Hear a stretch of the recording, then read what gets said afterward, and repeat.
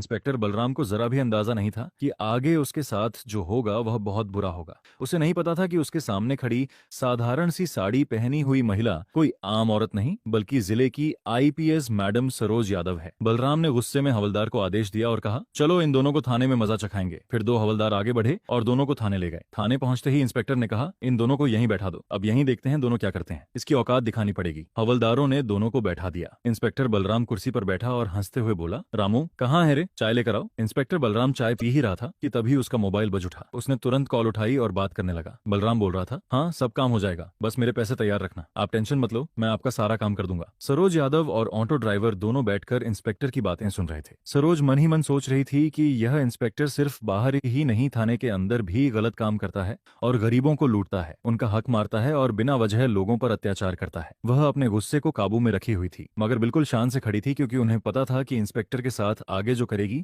वह सीधे पूरे शहर को दिखेगा। वह मन ही मन प्लान बना रही थी कि इसे कैसे लोगों के सामने बेनकाब किया जाए। पास में बैठा ऑटो ड्राइवर डर से कांप रहा था। उसकी आंखों में आंसू थे। घर की चिंता और जिम्मेदारी से वह रो रहा था। मगर पास में बैठे आईपीएस सरोज यादव को देखकर उसके मन में भी थोड़ा हिम्मत था कि वह बच जाएगा। तभी सरोज यादव ने ऑटो ड्राइवर की तरफ देखते हुए कहा, आप टेंशन मत लीजिए, यह इंस्पेक्टर कुछ नहीं कर पाएगा। मैं आपके साथ हूँ और इसे दिखाऊंगी कि कानून की ताकत क्या होती है। यह कानून का गलत इस्तेमाल कर रहा है। आप चिंता मत कीजिए, आपकी कोई गलती नहीं है। आप निश्चिंत रहिए, बिना वजह टेंशन मत लीजिए। आप सुरक्षित हैं और मैं कोई आम महिला नहीं हूँ। मैं आईपीएस अफसर सरोज यादव हूँ। मुझे इस इंस्पेक्टर के सारे करतूतों के बारे में पता करना है। इसी वजह से मैं अभी चुप हूँ। देखती हूँ कि यह इंस्पेक्टर किस हद तक गिर सकता है, फिर जाकर इसकी औकात दिखाऊंगी। यह सुनकर ऑटो ड्राइवर को थोड़ा शांति मिली। वह एक आराम की सांस ली और बोला, क्या आप सच में आईपीएस मैडम हैं? तो आप जब मेरे साथ इतना जुल्म हो रहा था आपने कुछ क्यों नहीं कहा? मुझे बचाया क्यों नहीं? आप कहीं झूठ तो नहीं बोल रही हैं या फिर इन लोगों से मिले हुए तो नहीं है? ऑटो ड्राइवर थोड़ा घबरा गया लेकिन सरोज यादव ने उसे विश्वास दिलाया, नहीं मैं इन लोगों से नहीं मिली हूँ। मैं सच में इंस्पेक्टर को बेनकाब करने के लिए खामोश हूँ। बस यह देख रही हूँ कि यह इंस्पेक्टर कहाँ तक गिर सकता है, इसी वजह से मैं चुप हूँ। वरना अगर मैं चाहूँ तो